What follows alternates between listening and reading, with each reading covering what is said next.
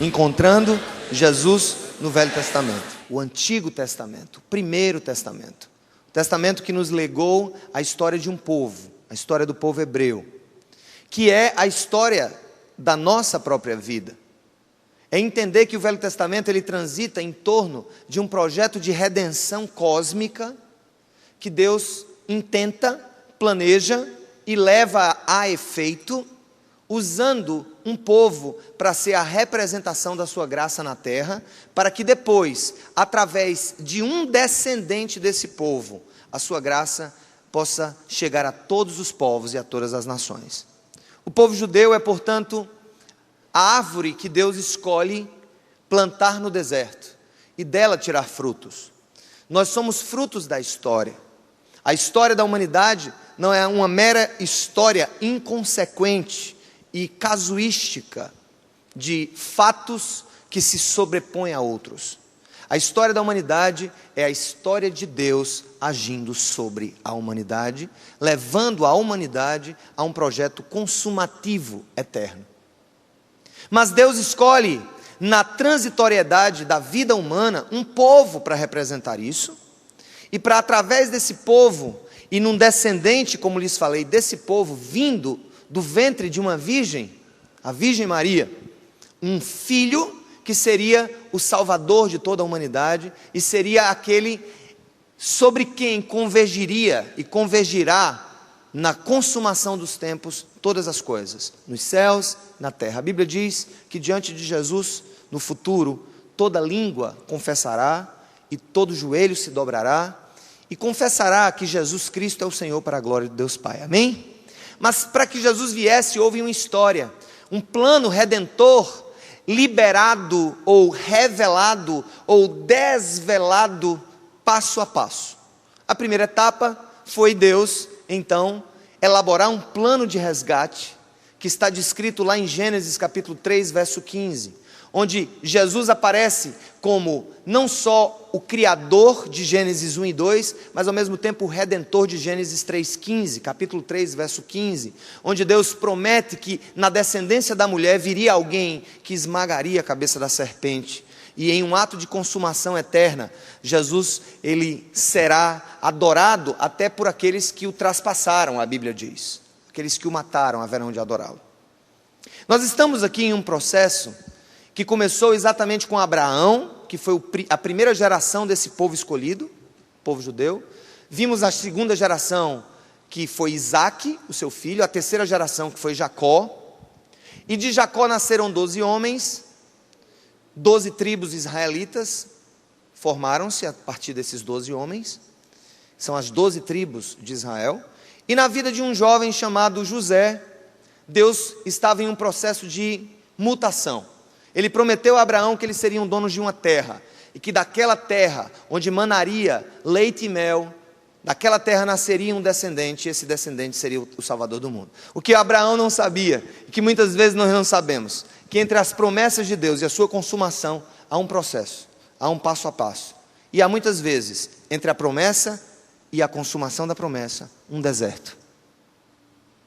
Talvez haja pessoas aqui que estejam vivendo desertos hoje, no meio do caminho.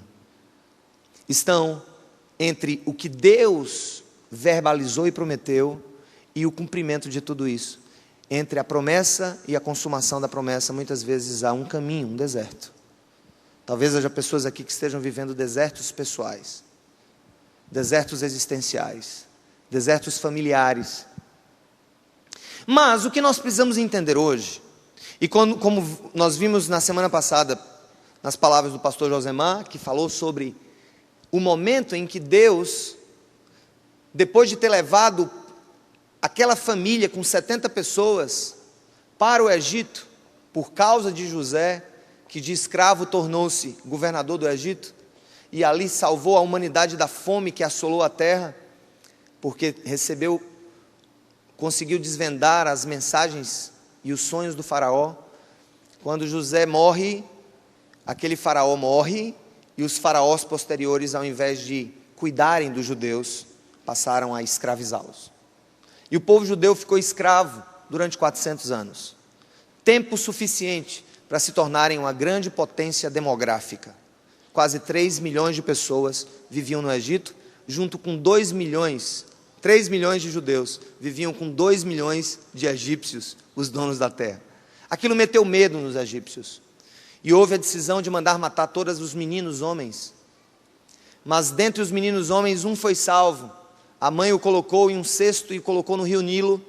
E o pequeno Moisés foi adotado pela princesa do Egito. Deus estava preparando e resguardando naquele menino, após conhecer as ciências do Egito, a todos os mistérios do Egito, ele seria escolhido lá na frente, mesmo sem saber. E com 80 anos de idade, ele foi escolhido para atravessar o deserto, libertando toda aquela multidão de pessoas. E eu quero falar hoje que, se domingo passado o projeto que foi ensinado para vocês foi o projeto da Páscoa, porque essa libertação dos judeus por Moisés, sob a direção de Deus, do Egito em direção à Terra Prometida, essa passagem, essa Peshá, ou Páscoa, significava uma libertação da opressão e da escravidão. Acontece que para muitos, aquela libertação, ela era uma mera ideia que vinha de cima para baixo. O que nós vamos ler agora no capítulo 16 de Êxodo, um breve texto da palavra, é que quando Deus liberta o povo do Egito, eles têm, a partir dali, uma liberdade política. Eles passam a não mais depender do governo egípcio. Eles passam a não mais depender e ter que pagar tributos ao faraó. Eles passam a ser um povo sem um território, mas que estava em direção a uma terra prometida por Deus. E no meio do caminho, começa-se a identificar uma coisa que eu gostaria de falar com vocês hoje, que liberdade política não é necessariamente liberdade existencial. Que liberdade da opressão de um povo sobre um outro povo, de um governo sobre as pessoas, ou de um regime sobre o seu povo, não significa necessariamente que eu sou livre de mim mesmo, que eu sou livre daquilo que me aprisiona, que eu sou livre dos meus próprios pecados. Nós vamos ler agora um trecho, e eu vou antecipar para que todo mundo entenda, em que na hora que o povo sai do Egito e ganha a liberdade política, eles já mostram que essa liberdade política que eles ganharam jamais seria capaz de libertá-los de dentro para fora, porque na hora que eles passaram pelas primeiras privações e pelas primeiras provações, nesse novo momento de liberdade, eles começam a reclamar de Deus, e eles começam a desejar voltar a ser escravos. Olha que coisa, eles começam a desejar ter morrido, aliás, ter voltado para o Egito, de onde eles foram libertos politicamente por Deus, para morrer no deserto. E eu pergunto, o que é que você pensa sobre a sua própria vida? Você prefere a comodidade da escravidão ou ao desafio da liberdade? A liberdade é um desafio, e é um desafio que Deus quer que a gente conheça a cada dia. E eu vou começar a falar sobre isso e você vai entender o que eu quero dizer. Nós somos um país politicamente livre. Nós somos uma nação que não tem intervenções de outros países no nosso futuro, nos nossos governos, pelo menos em tese. Nós somos uma nação onde nós temos um povo, nós temos um território, nós temos uma bandeira, nós temos um hino, nós temos uma Constituição. Nós somos livres, nós votamos em quem nós queremos, nós andamos de um lado para o outro, nós não temos guerras civis, nós somos iguais todos perante a lei, isso é um princípio constitucional do Brasil. Nós não temos absolutamente nada que nos oprima, ou nada que nos impeça, a não ser a própria limitação coletiva da lei, do direito, para que haja possibilidade de vida comunitária nesse país. Mas eu vou dizer uma coisa, nós somos, para a filosofia política, um país livre, uma república, uma democracia que se consolida a cada dia. Nessa democracia que se consolida a cada dia, nós temos uma nação que se considera 93% como sendo cristã. Entre católicos, evangélicos e ortodoxos e outras seitas cristãs, nós temos no Brasil 93% de pessoas que se declaram cristãs. Entretanto, nós somos um dos países mais corruptos do mundo. Nós somos um dos países onde a educação é a mais vergonhosa do mundo. Somos um país em que ovaciona-se o consumo de álcool na própria televisão, quando o próprio governo, que permite propaganda de bebida na televisão, tenta conter o avanço de mortes em escala no trânsito a cada dia por causa de embriaguez.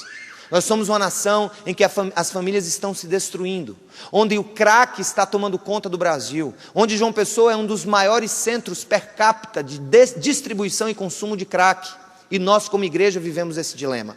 E eu pergunto para vocês, liberdade política, liberdade econômica, significa liberdade? Significa necessariamente que nós somos livres? A Bíblia diz que o nosso pecado nos torna escravos dele mesmo. Você pode ter um carro, você pode ter uma casa, você pode ter uma família, você pode ter um emprego, você pode ir para onde você quiser. Mas, por exemplo, se você não consegue se livrar de vícios que te aprisionam, que te fazem sofrer e que te coisificam, você é pseudo livre. O jovem, ele luta pela liberdade, a adolescência é o grito da liberdade. E o jovem, o adolescente acha que ser livre é sair, pegar o carro do pai, dirigir a 150 por hora, tomar umas e outras, chegar em casa a hora que quer, transar com quem quer, usar a droga que quer, e quando vê-se na sarjeta, a liberdade que ele tentava buscar através dessas expressões, não era nada mais, nada menos do que as próprias correntes que amarravam a sua alma. Quero falar para os casados, quero falar para os homens. Os homens acham que são homens porque são capazes de transar com várias mulheres. Eles acham que são homens porque são capazes de fazer o que querem, de humilhar as pessoas. Eles acham que são homens, os homens de hoje acham que são homens porque podem sair com umas e outras, porque podem estar com umas e outras. Deixa eu dizer uma coisa, eu não posso achar que um homem é livre, tendo esposa e tendo filhos, vendo o sofrimento de sua mulher e dos seus filhos, e achar-se homem porque nas sextas-feiras ele é capaz de sair com outras mulheres. Isso não é liberdade, isso é prisão. Eu não posso achar que alguém é livre se é totalmente dependente hoje da pornografia. Não é livre.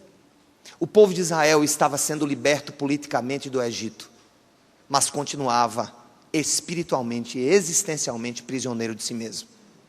Alguém já disse, e já vi várias paráfrases em torno dessa mesma frase, que não adianta tirar um homem da favela sem tirar a favela de dentro do homem. Não adianta tirar o homem do meio corrompido se não tirar a corrupção de dentro do coração do homem. Gente, nós temos ouvido o engodo de que somos frutos do meio. Não, nós somos os pais e as mães do meio onde nós vivemos. Nós somos os responsáveis pelas bênçãos e pelas misérias da nossa própria nação. Nós somos responsáveis pelas bênçãos e pelas misérias da nossa própria família. São as nossas escolhas. São as escolhas em nome de uma liberdade falsa, uma pseudo-liberdade que nos aprisiona. Olha o que é que acontece no capítulo 16.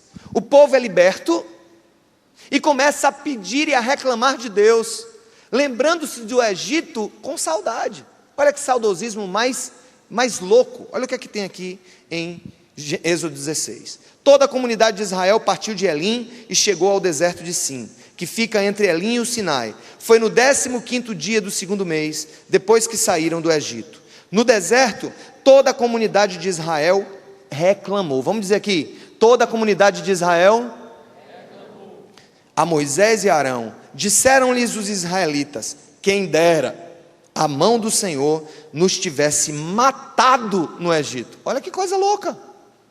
Quem dera Deus tivesse nos matado no Egito, na escravidão. Lá nos sentávamos ao redor das panelas de carne e comíamos pão à vontade. Mas vocês nos trouxeram a esse deserto para fazer morrer de fome toda essa multidão. Disse, porém, o Senhor a Moisés: eu lhes farei chover pão do céu. O povo sairá e recolherá diariamente a porção necessária para aquele dia. Com isso os porei à prova para ver se seguem ou não as minhas instruções. No 6º dia trarão para ser preparado o dobro do que recolhem nos outros dias. Assim Moisés e Arão disseram a todos os israelitas: ao entardecer vocês saberão que foi o Senhor quem os tirou do Egito. E amanhã cedo verão a glória do Senhor, porque o Senhor ouviu a queixa de vocês contra ele. Quem somos nós para que vocês reclamem a nós? Disse ainda Moisés: o Senhor lhes dará carne para comer ao entardecer, e pão à vontade pela manhã, porque ele ouviu as suas queixas contra ele. Quem somos nós? Vocês não estão reclamando de nós, mas o Senhor. Deixa eu perguntar uma coisa. Deus satisfez ali a necessidade material do seu povo, sim ou não? O estômago daquelas pessoas foi ou não farto naqueles dias? Foi. Mas a alma deles ainda era escrava. Porque no fundo, eles não entenderam que a liberdade que Deus propunha, embora dolorosa no processo, era muito melhor do que a escravidão farta do Egito. Às vezes eu olho para esse texto e fico perguntando: Senhor, quantas vezes nós temos visto pessoas que preferem a fartura da corrupção do que a provisão mínima do sustento diário de suas vidas? Aquele povo preferia as panelas de carne da escravidão, onde eles eram escravos, do que o maná, do que a vida com Deus naquele dia a dia. Teve um momento nas Escrituras, e eu acho esse momento muito paralelo ao que aconteceu com Jesus no Novo Testamento. Jesus, em um dos seus discursos, em uma de suas mensagens, ele chegou e, vendo que multidões o seguiam, ele deu uma palavra assim, de divisão mesmo, palavra firme. Ele disse assim: eu sei porque vocês estão aqui. Vocês estão aqui porque eu enchi a barriga de vocês de pão. Vocês não estão aqui por minha causa.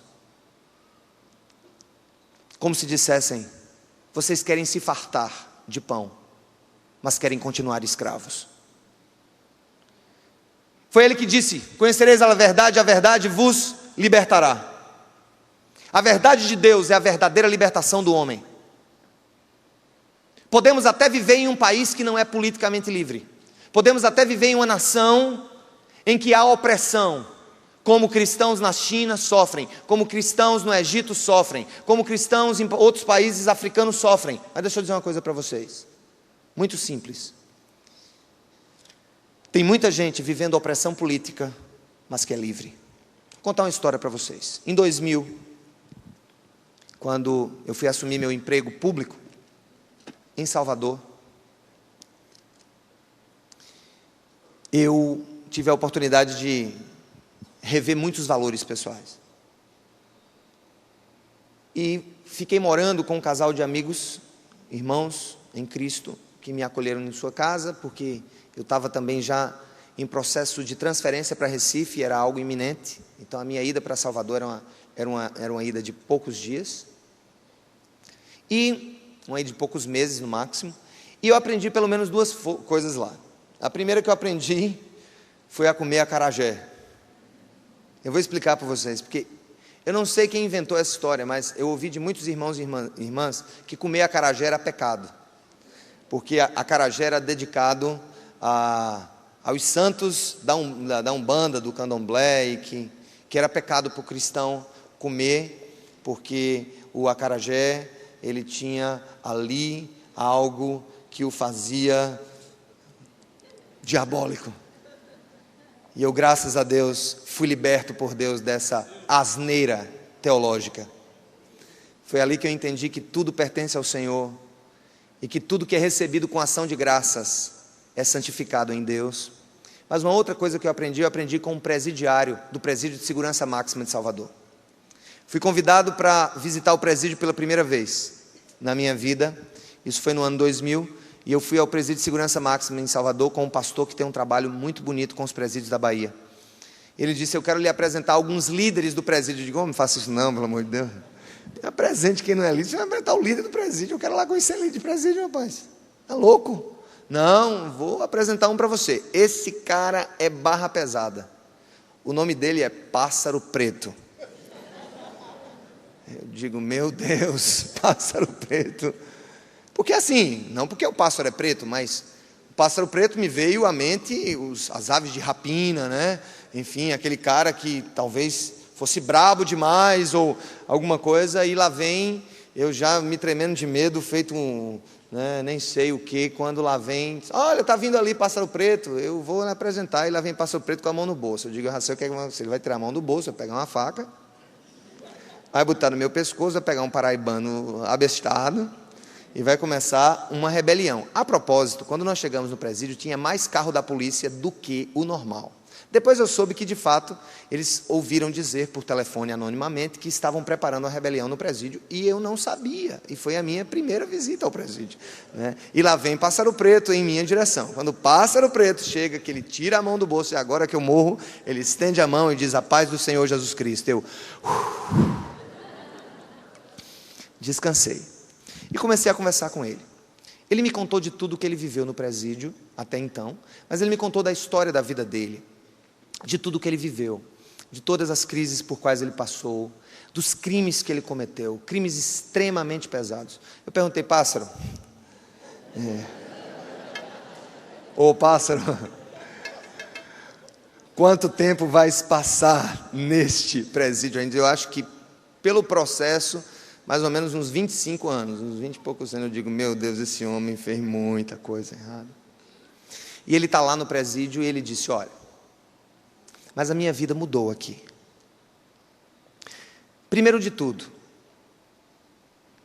eu entendi a diferença entre cumprir uma pena e me arrepender dos meus delitos. Há uma diferença muito grande. Há uma diferença entre você cumprir uma pena e pagar um preço pelo seu erro, e uma que é o arrependimento genuíno por ter feito aquilo. E o pássaro disse, eu me arrependi. E eu cá com meus botões, graças a Deus, que ele se arrependeu. E naquela hora, ele me disse algumas coisas que marcaram a minha vida para sempre. Um homem simples, agora, naquele tempo, líder de uma das igrejas do presídio, líder de uma das Assembleias de Deus. Fiquei muito feliz com isso. E ele disse, meu irmão, eu quero lhe dizer uma coisa. Eu estou preso, ficarei aqui o tempo que for preciso. Pagarei todos os meus erros com a sociedade. Mas eu quero lhe dizer uma coisa, estou preso, mas eu sou um homem livre. E ele completou e disse assim, tem pessoas que estão lá fora, que estão soltas, mas são prisioneiros de si mesmos. E naquela hora eu percebi que a liberdade que Deus quer nos dar, não depende do lugar onde Ele vai nos levar, não depende do lugar onde nós estamos, não depende das circunstâncias que nós estamos vivendo. E onde eu vejo Cristo nesse lugar, é que aquele povo foi liberto por Cristo politicamente, mas a intenção de Deus era que eles fossem livres de uma velha vida, de uma vida de pecado, e que Ele, o Cristo de Deus, não revelado plenamente nas páginas do Velho Testamento, pudesse ser, enfim, a razão de sua liberdade. E agora eu quero conversar com vocês. O que vocês querem ser? Homens politicamente livres, mas existencialmente presos dos seus próprios erros e pecados? Ou homens que podem, ou mulheres que podem até viver sistemas opressores, mas que dentro do seu coração pulsa de maneira muito plena a graça e a certeza de que Jesus os libertou de todo o seu passado, de todos os seus pecados, de todas as suas mágoas, de dos seus rancores e de todos os seus medos. O povo de Israel queria comer panelas de carne no Egito, e olha, Deus alimentou o povo, mas o povo continuou prisioneiro. Esse povo que permaneceu prisioneiro, mesmo politicamente livre, continuou prisioneiro durante 40 anos no deserto, continuou prisioneiro quando entraram na terra prometida, continuaram prisioneiros durante todo o tempo, porque no final das contas, a liberdade do Egito para a terra prometida, não passava de um símbolo apenas a apontar para a verdadeira liberdade que haveria de acontecer, quando o Filho de Deus, descendente de Maria, descendente de Abraão, de Isaac e de Jacó, viesse ao mundo, morrer na cruz, para dar a todo aquele que crê a verdadeira e plena liberdade. Louvado seja o nome do Senhor. É essa liberdade que nós precisamos buscar. Quando estamos no deserto da vida, queremos dar um passo atrás e voltar à escravidão. Eu conheço pessoas que depois que entregaram a vida a Cristo, ficam lembrando do passado com saudade, e dizendo, como era bom, hoje eu não tenho namorada, hoje eu não consigo namorar com uma menina de Deus, como era bom no passado, quando eu tinha 3 ou 4, quando eu levava para o motel no final de semana, as mulheres que eu queria. Outros olham para trás e dizem assim, hoje eu sou livre em Jesus, mas eu não sei se eu sou livre, porque olha, era muito melhor quando eu estava no sistema de corrupção, quando eu entrava nas cachoeiragens da vida, sabe, quando no passado eu tinha uns acordos com os secretários de governo, com os prefeitos daquelas cidades e tal, e quando eu participava de fraudes e licitações, era tão bom, porque eu tinha dinheiro para viajar para os Estados Unidos. Hoje o meu dinheiro não me permite nem sair de casa, o máximo que eu posso é ir aqui na França, em Bahia, aqui do lado, e nada mais. E pessoas, uma menina uma vez chegou para mim, uma irmã chegou para mim, e essa era livre. Eu vou falar agora da expressão de quem é livre. Quem é livre é diferente. Uma vez eu recebi uma ligação de uma contadora, amiga nossa de muito tempo, fiel ao Senhor, e ela disse, meu querido, eu estou passando por uma grande provação. O que é que está acontecendo? Sou contadora de uma empresa, e a empresa quer que eu falsifique a escrituração. Ela quer que eu faça algum jeitinho para enganar o leão. Ela quer que eu faça de alguma maneira, alguma arrumação, para que, sabe, ela possa se safar de algumas coisas. E a minha preocupação é que na semana passada, sexta-feira, ele chegou para mim e disse que eu tinha até essa semana para decidir se iria ou não fazer, caso contrário eu seria demitida. Recém-casada, dependendo daquele salário, ela orou ao Senhor, internalizou o conceito e disse, eu sou livre, e quem cuida de mim no deserto da vida é o meu Senhor.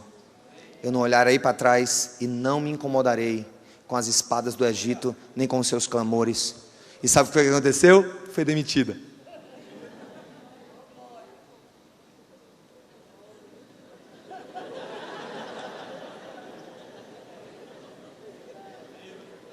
E aí? Você tem 2 opções nesse momento. Usando uma expressão bem popular, pedir pinico e dizer, me aceita de novo, chefinho. Eu vou enganar o leão vai se transformar em um gatinho na sua frente. Ou manter a sua fidelidade, a sua verdadeira liberdade. Sabe o que aconteceu? Demissão. Ela resolveu continuar. Deus foi tão bom, que antes de acabar o seu seguro-desemprego, ela foi contratada por uma outra empresa para ganhar 2 vezes mais do que ela ganhava na outra e poder expressar a sua fidelidade ao Senhor em todos os aspectos. Você é livre? Você pode andar para lá e para cá, ter as mulheres que você quer, o carro que você quer, o emprego que você quer. Você é livre? Será que você é livre?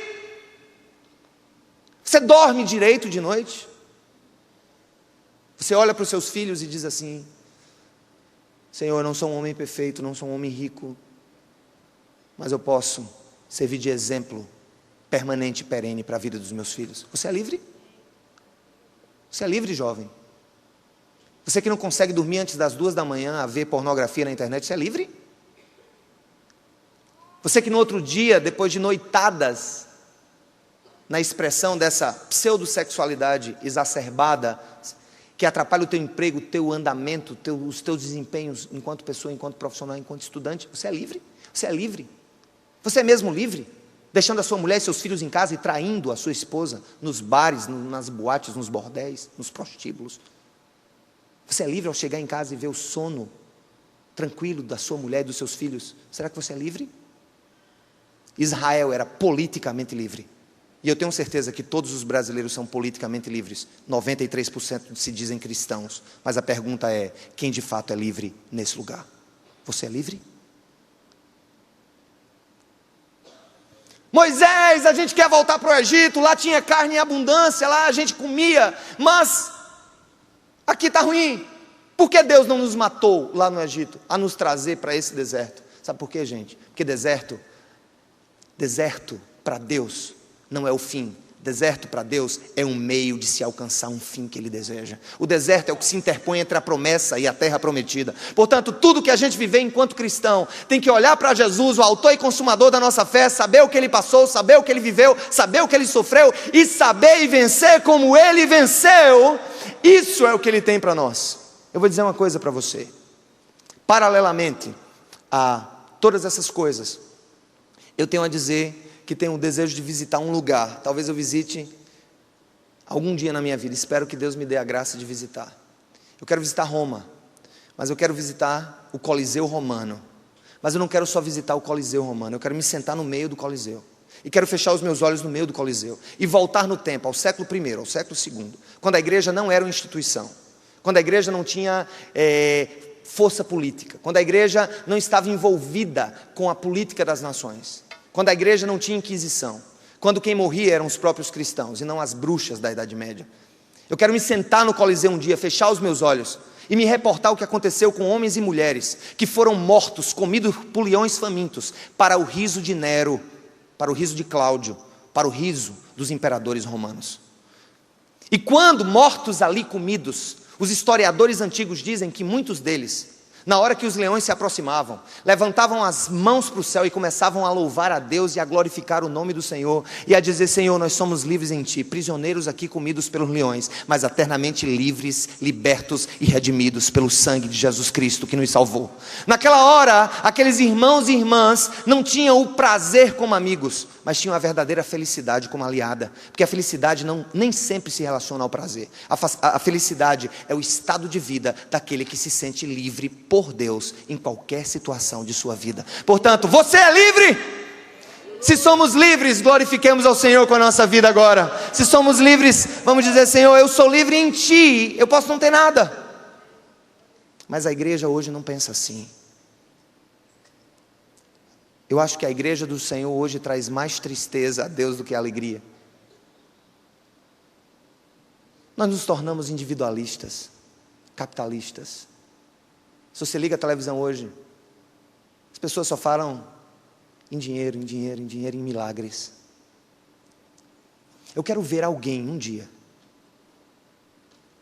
na televisão, transmitido para todo o país, no leito de morte, e dizer assim: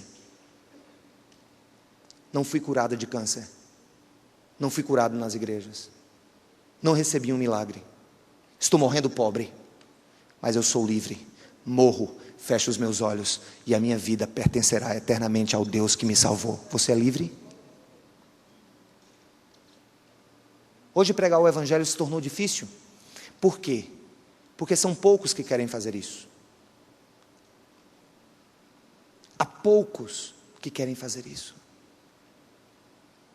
Quando Martinho Lutero começou a reforma protestante no século XVI, ele se contrapôs à Igreja Católica por uma única razão.